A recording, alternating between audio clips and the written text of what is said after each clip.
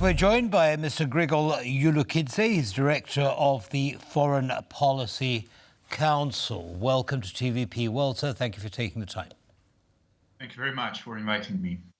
It's a pleasure. So you just heard the trends that our colleagues shared, the tweets that are being put up on X. There are a couple of questions you might have heard Ola and I discussing this issue as well. Let me start with one of them. What is the impact going to be on Georgia's aspirations to join the European Union if this bill goes through? Georgia will become something very similar to Belarus. That's my short answer. Can you expand on that a little? Excuse me, could you repeat the question? Yes, could you expand on that a little? What things will be in play to make that transition?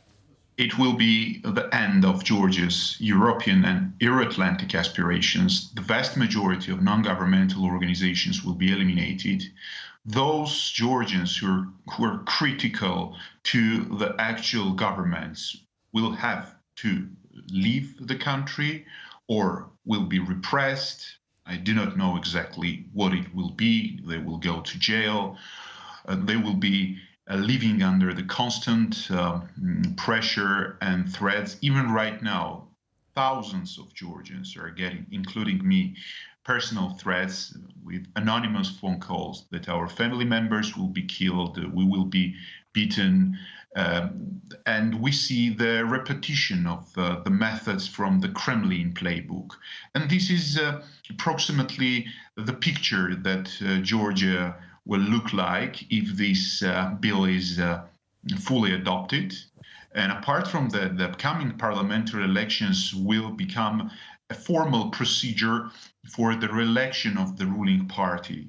And we will have the elections where watchdogs, non-governmental organizations, international missions are not allowed to participate in this monitoring process. This is, the general description of the threats and reality that we'll face in case of the full adoption of this law. And how does the Georgian government justify now the foreign agents bill? How do they try to, quote unquote, sell it now to the Georgian citizens? At the beginning, it was, let's say, portrayed as the mechanism to defend sovereignty like it was in Russia. Then this propagandistic narrative did not work. Then they said that this tool serves to reduce the foreign influence, including American and the EU. They say nothing about Russia anymore.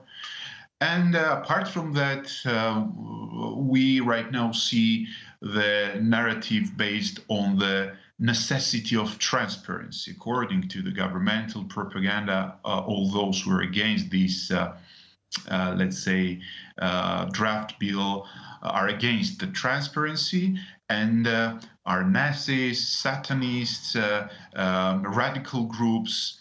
I'm pretty sure you find a lot of similarities between these narratives and the Russian ones.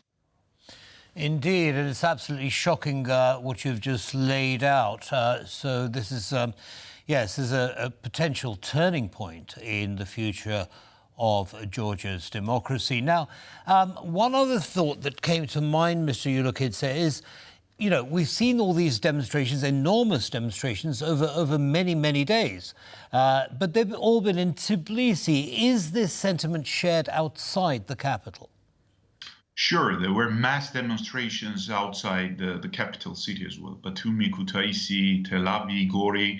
The protest is massive and it's going on throughout the country. It is growing, let's say, and increasing. Right now we have an academic collapse. 95% of students refuse to get back to studies until this draft law is withdrawn, and that's why the potential of the protest is quite high.